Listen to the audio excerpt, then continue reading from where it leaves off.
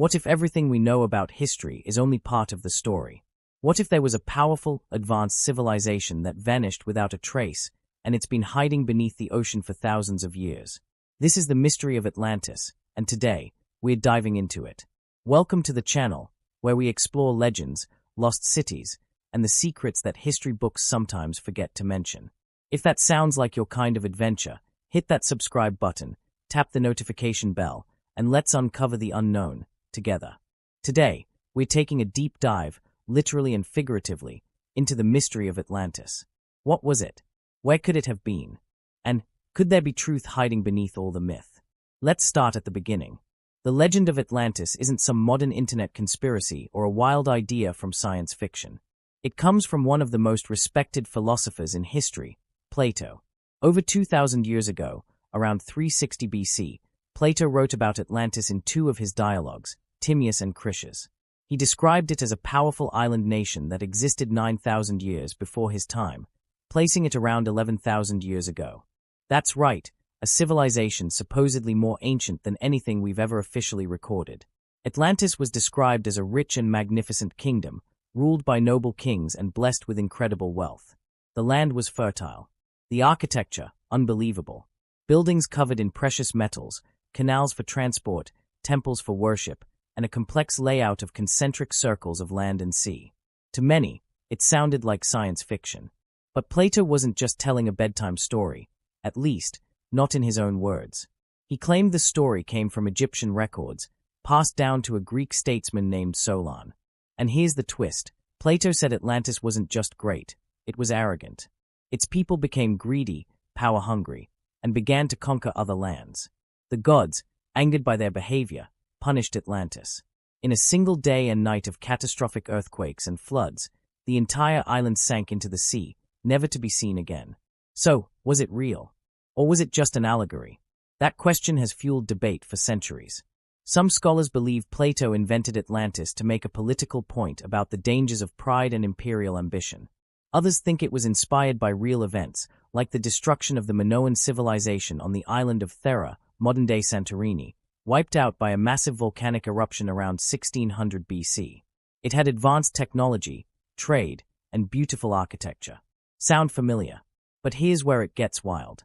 There are dozens, literally dozens, of theories about where Atlantis could have been. Some say the Mediterranean.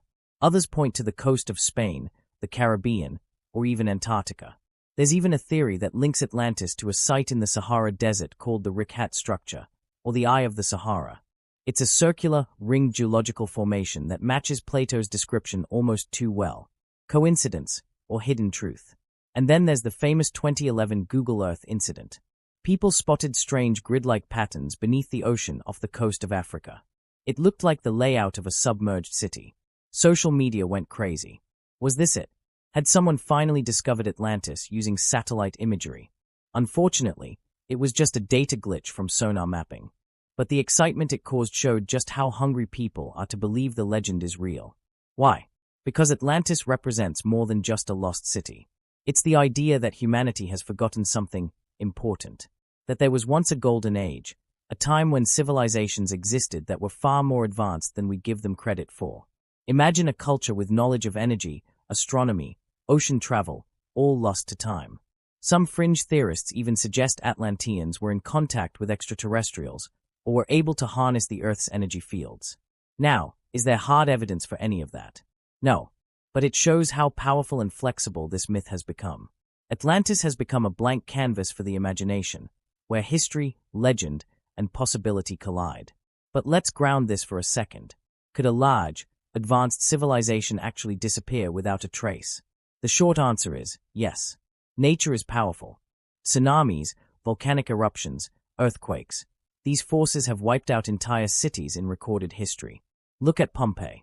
Look at the ancient city of Dwarka, off the coast of India, once thought to be just a legend too, until ruins were found underwater.